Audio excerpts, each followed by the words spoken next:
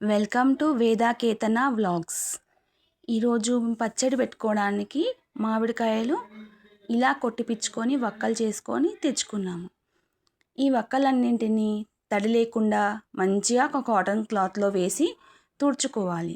తడి ఉంటే పచ్చడి పాడవుతుంది కాబట్టి తడి లేకుండా మంచిగా వక్కలన్నింటినీ తుడుచుకోవాలి. అప్పుడు పచ్చడి ఎక్కువ రోజులు నిలువ ఉంటుంది. వాళ్ళు కొట్టేవాళ్ళు మనకి కొంచెం పదన జీడి పదన ఉంటుంది కాబట్టి అవి లేకుండా ఒక కాటన్ క్లాత్తోని అన్ని వక్కల్ని మంచిగా గట్టిగా తుడుచుకొని ఫ్యాన్ కింద ఆరబెట్టుకుంటే ముక్కలకు తడి అనేది లేకుండా ఫ్రెష్గా పొడి పొడిగా ఉంటాయి. అప్పుడు మనకు పచ్చడి ఎక్కువ రోజులుగా నిలువ ఉంటుంది. ఇలా అన్నింటినీ తుడిచేసుకొని ఫ్యాన్ కింద ఆరబెట్టుకోవాలి. వక్కలకి ఇలాంటి జీడిపొర అనేది ఉంటుంది. ఈ జీడిపొర తీసేసుకుంటే పచ్చడి ఎక్కువ రోజులు ఫ్రెష్గా ఉంటుంది. ఆ జీడిపొర వల్ల కూడా మనకి అరగదు ఆ పొర అనేది. సో అవి కూడా తీసేసుకుంటే బాగుంటాయి వక్కలు. ఇలా అన్నింటినీ మంచిగా పొడి బట్టతోని తుడుచుకొని ఆరబెట్టుకోవాలి.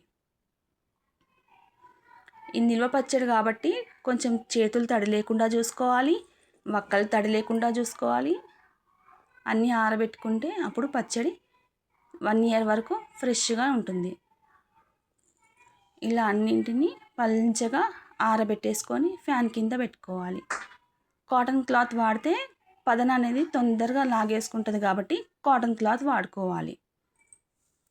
ఇలా వక్కలన్నీ ఆరిపోయిన తర్వాత వాటికి సరిపడా ఎల్లిపాయలు ఒలుచుకోవాలి. ఎల్లిపాయలు అప్పటికప్పుడే ఒలుచుకుంటే ఫ్రెష్గా ఉంటుంది. ఫ్రిడ్జ్లో పెట్టినవి వాడొద్దు. 1 year వరకు పచ్చడి నిల్వ ఉండాలి కాబట్టి ఫ్రిడ్జ్లో పెట్టినవి వాడకుండా అప్పటికప్పుడు తెచ్చుకొని ఫ్రెష్గా ఒలుచుకొని పెట్టుకోవాలి. వాటిలోకి పొడి చేసుకోవడానికి నేనైతే ఈ ఆవాలు వాడాను. 1/2 kg తీసుకున్నాను. మరి చిన్నవి కాకుండా సైజు మరి పెద్దవి కాకుండా మీడియం సైజు ఆవాలైతే నేను తీసుకున్నాను. వీటిని ఎండకు కూడా పెట్టుకోవచ్చు, కానీ నేను కొంచెం అలా ఫ్రై చేశాను. పొడి తేమ గిట్ల ఏమి ఉండకుండా బాగుంటుంది కదా అనేసి కొంచెం ఫ్రై చేసి చల్లార్చే వరకు పక్కన పెట్టేసుకోవాలి. ఇవి ఆవ పొడికి వాడుకోవాలి. అలానే కొంచెం జీలకర్ర వేయించి పెట్టుకోవాలి.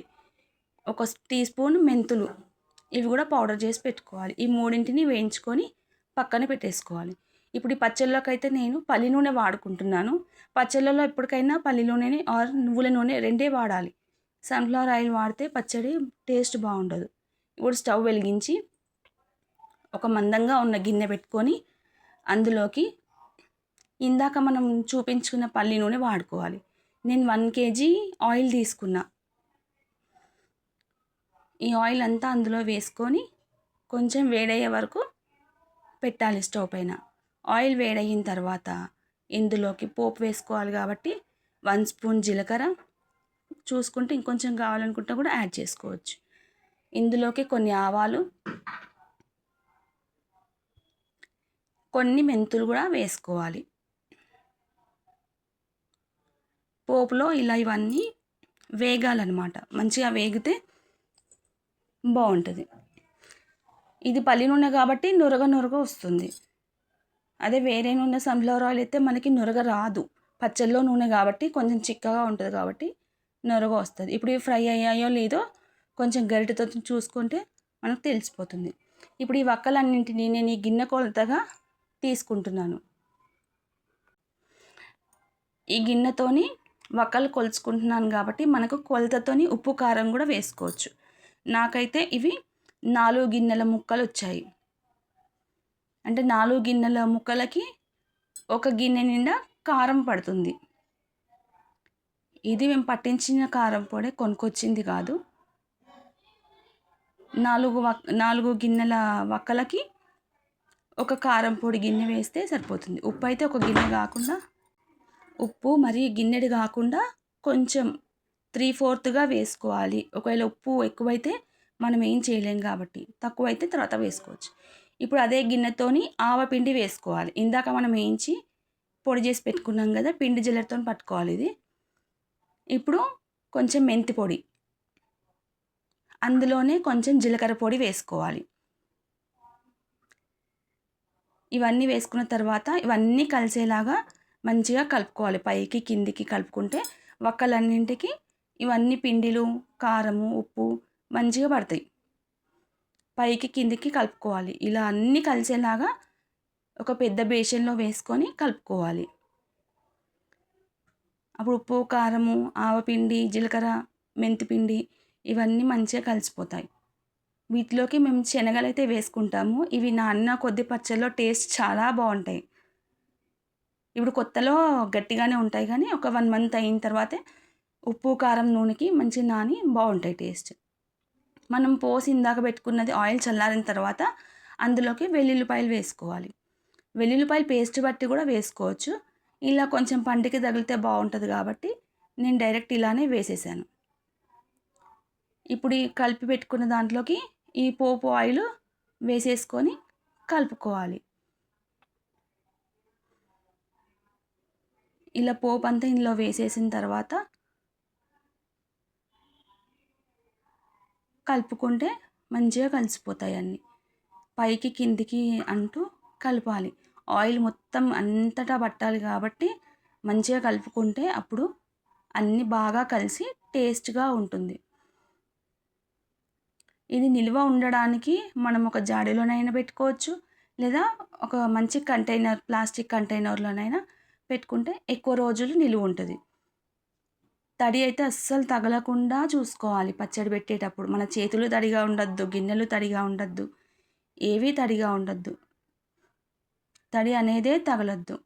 ఇలా మొత్తం మంచిగా కలుపుకొని కిందికి పైకి పొడులన్నీ అడుక్కునే ఉంటాయి కదా, అవి కూడా మంచిగా పైకి వచ్చేలాగా కలిపేసుకోవాలి. అప్పుడు ఆయిల్ అంతటా కలిసి పోపు అన్నిటికీ పట్టి ముక్కలకు ఉప్పు, కారం అంతా బాగా పడుతుంది. అప్పుడు పచ్చడి టేస్టీగా ఉంటుంది. ఇలా కొలతలతో చేసుకుంటే మనకి ఈజీగా ఉంటుంది. అదే కేజీ లెక్క అయినా కూడా కేజీకి పావు కేజీ లెక్క వేసుకోవాలన్నీ. ఇలా ఇప్పుడు ఇవన్నీ కలిపిన తర్వాత ఒక కంటైనర్ తీసుకొని ఈ కలిపిన పచ్చడిని మొత్తం ఆ కంటైనర్లోకి వేసేసుకోవాలి. ఇలా ఇదంతా అందులోకి వేసుకొని పెట్టేసుకోవాలి. మళ్ళీ ఒక 2 days తర్వాత కలపాలి పచ్చడి అంతా. కిందికి పైకి కలుపుకొని కొంచెం ఉప్పు ఎలా ఉందో చూసుకొని, ఉప్పు ఒకవేళ తక్కువగా అనిపిస్తే కొంచెం ఉప్పు కలిపేసుకోవాలి. ఇప్పుడు చూడడానికి ఇలా పొడి పొడిగా ఉంది కానీ నెక్స్ట్ డే కల్లా ఆయిల్ అంతా పైకి వచ్చేస్తుంది. అప్పుడు మనకు టేస్టీ మామిడికాయ పచ్చడి రెడీ. ఇలా సింపుల్గా ఈజీగా ఇంట్లోనే చేసుకోవచ్చు. ఇలా అంతా ఇందులో డబ్బాలోకి షిఫ్ట్ చేసుకున్న తర్వాత ఇలా ఒత్తేసేయాలి వక్కలన్నీ లోపలికి.